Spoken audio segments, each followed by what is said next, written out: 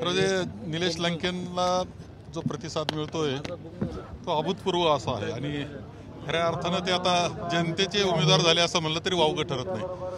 जनतेनंच आता त्यांचा उमेदवार निवडलेला आहे निलेश लंकेच्या रूपानं.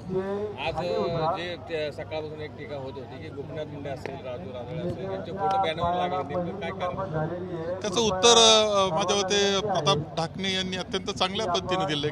काही व्यक्तिमत्व असे असतात की त्याच्यावर हक्क काही कोणी विशिष्ट कोणी सांगू शकत नाही, एखादं कुटुंब किंवा समाज, तर ती सर्वांची असतात. त्यामध्ये ते जर त्यांचा सन्मान करत असतील तर योग्यच आहे ते.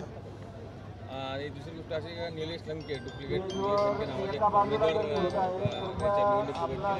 काय भारतीय जनता पक्षाला आहेच, त्याबरोबर आता जे आमचे आहेत भारतीय जनता पक्षाचे उमेदवार त्यांच्या कुटुंबाला त्यांना एक सवय आहे कपटनीती करण्याची, कुटील डाव करण्याचा.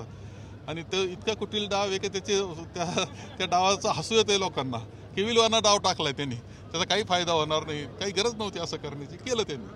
त्यांचं म्हणणं असं आहे की एकनाथ शिंदे म्हणता आम्ही बाळासाहेबांच्या विचारांचे वारसदार आहोत, मात्र कोल्हापूरला शाहू महाराज वारसदार नाही. मला नीट नाही समजलं आपलं काय माहिती. एकनाथ शिंदे म्हणता आम्ही बाळासाहेबांचे वारसदार आहोत, मात्र शाहू महाराज वारसदार नाही म्हणतात. आता शाहू महाराज हे वारसदार नाही म्हणणं अत्यंत चुकीचं आहे. त्यांचा सन्मान आहे, त्या गादीचा सन्मान असतो. गादीवर जो असतात बसलेले त्या कालखंडामध्ये त्यांचा सन्मान असतो. ही शंका उपस्थित करण्याचं काही कारण नाही. उलट याचा राग हा सर्व समाजाला येऊ शकतो, जनतेला येऊ शकतो. हे चुकीच्या पद्धतीने बोलतायत. शाहू महाराज हे वारसदार आहेच आहे.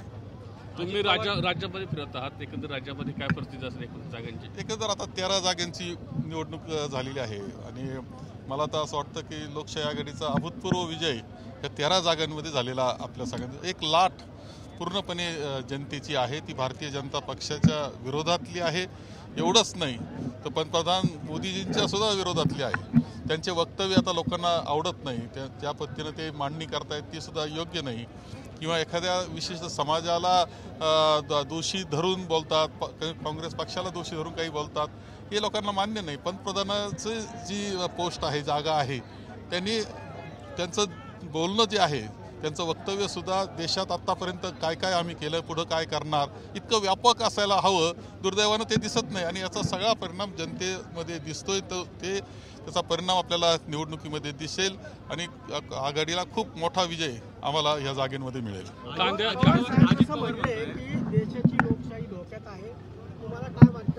मला 100% वाटतं. मला राज्यघटना धोक्यात वाटते, लोकशाही धोक्यात वाटते. आपण जर पाहिलं त्यांच्या 10 वर्षाच्या कालखंडामध्ये स्वायत्त संस्था ज्या आहेत त्यांचा किती गैरवापर होतो, वेगळं सांगण्याची आवश्यकता नाही आहे. इतका गैरवापर का कोणत्या मुख्यमंत्र्याला निवडणुकीच्या काळामध्ये तुम्ही जेलमध्ये टाकताय. तुम्ही ज्या पद्धतीचं तुमचं सगळंच शेतकऱ्याच्या रस्त्यात खिळे ठोकणं समजू शकतो, परंतु एखादा त्यांचा खासदार पैलवान मुली ज्यांनी ऑलिम्पिकमध्ये पदक मिळवले त्यांच्यावर अत्याचार केल्याचा आरोप करतात आणि तो मोकाट फिरतोय.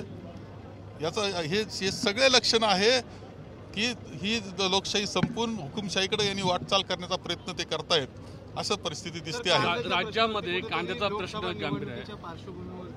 लोकसभा निवडणुकीच्या पार्श्वभूमीवरती कांदा निर्यातीचा निर्णय घेण्यात आला, कसं बघताना काय सांगा? कांदा खरं जे कांदा निर्यातीचा निर्णय हा शेतकऱ्याच्या दृष्टीनं महत्त्वाचाच आहे.